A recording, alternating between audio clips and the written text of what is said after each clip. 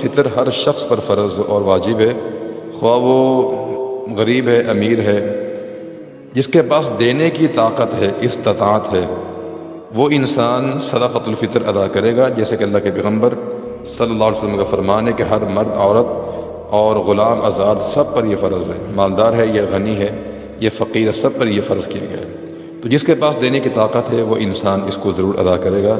حضرت ابو ہریرہ فرماتے ہیں، مسلم احمد کی روایت ہے کہ صدقۃ الفطر ہر انسان پر واجب ہے، خواہ وہ فقیر ہو یا مالدار ہو، لیکن دینے کی استطاعت ہونی چاہیے۔ اب رہا مسئلہ دینا کس کو چاہیے، تو اس کا ایک ہی مصرف ہے اور وہ ہے مسکین، چونکہ اللہ کے نبی کا فرمان ہے کہ یہ صدقۃ الفطر جو ہے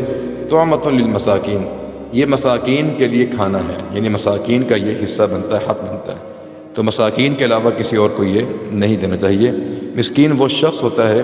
کہ جس کے مسائل زیادہ ہوں اور